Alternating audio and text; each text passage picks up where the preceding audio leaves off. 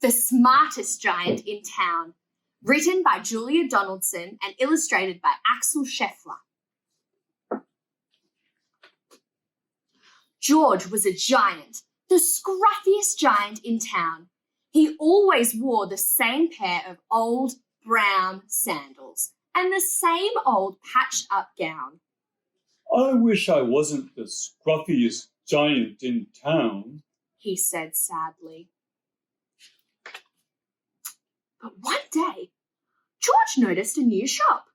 It was full of smart clothes, so he bought a smart shirt, a smart pair of trousers, a smart belt, a smart stripy tie, some smart socks with diamonds up the sides, and a pair of smart shiny shoes. Now I'm the smartest giant in town, he said proudly. George left his old clothes behind in the shop. He was about to go home when he heard a sound. On the pavement stood a giraffe who was sniffing sadly. What's the matter? asked George. It's my neck, said the giraffe. It's so very long and so very cold. I wish I had a warm scarf. Cheer up, said George as he took off his stripy tie. It didn't match my socks anyway, he said as he wound it round and around the giraffe's neck. It made a wonderful scarf. Thank you, said the giraffe. As George strode towards home, he sang to himself. My tie is a scarf for a cold giraffe. But look me up and down, I'm the smartest giant in town. George came to a river. On a boat stood a goat who was bleating loudly. What's the matter? asked George. It's my sail, said the goat. It blew away in a storm. I wish I had a strong new sail for my boat. Cheer up, said George, and he took off his new white shirt. It kept coming untucked anyway, he said as he tied it to the mast of the goat's boat. It made a magnificent sail. Thank you, said the goat. George strode on, singing to himself. My tie is a scarf for a cold giraffe. My shirt's on a boat as a sail for a goat. But look me up and down, I'm the smartest giant in town. George came to a tiny, ruined house. Beside the house stood a white mouse with lots of baby mice. They were all squeaking. What's the matter? asked George. It's our house, squeaked the mother mouse. It burned down and now we have nowhere to live.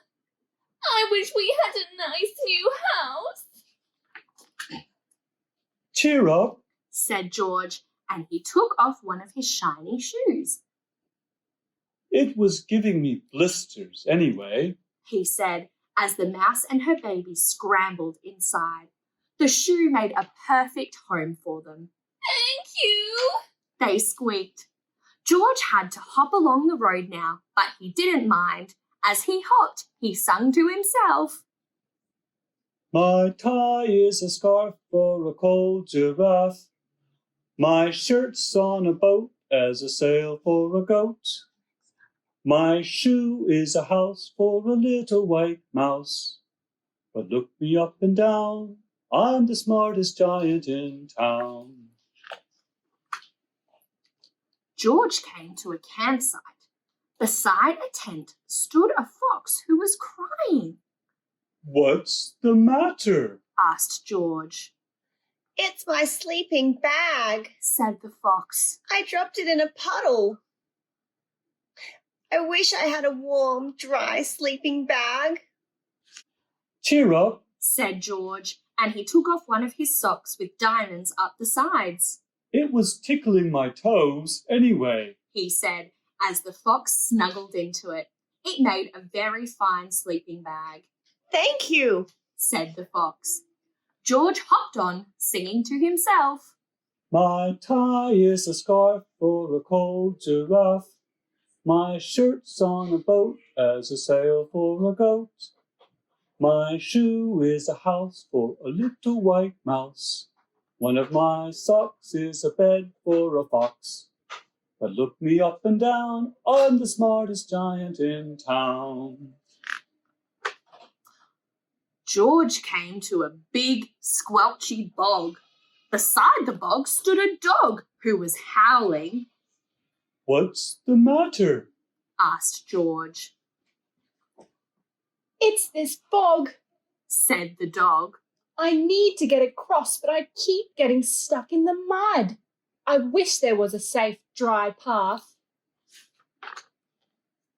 Cheer up. Said George, and he took off his smart new belt.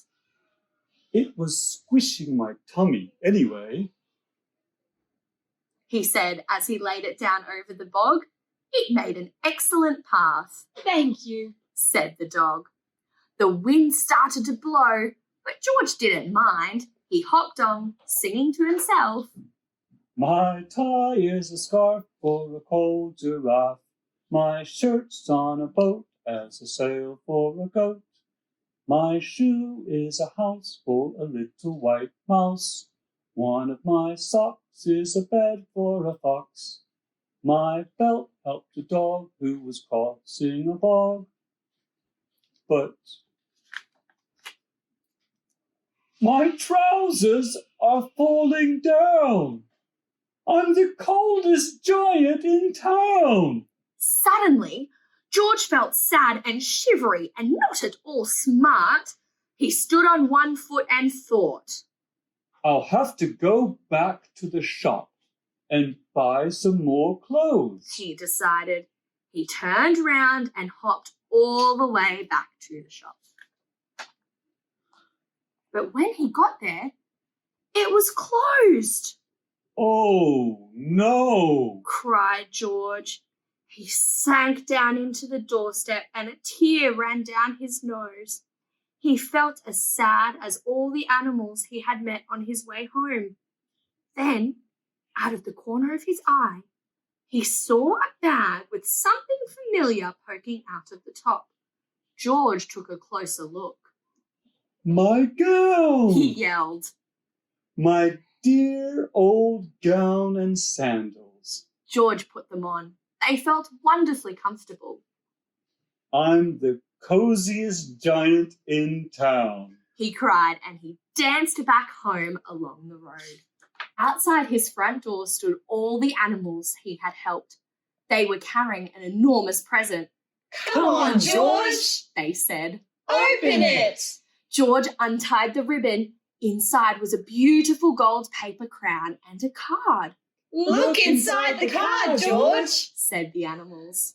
George put the crown on his head and opened the card. Inside it said, Your tie is a scarf for a cold giraffe. Your shirt's on a boat as a sail for a goat. Your shoe is a house for a little white mouse. One of your socks is a bed for a fox. Your belt helped a dog who was crossing a bog.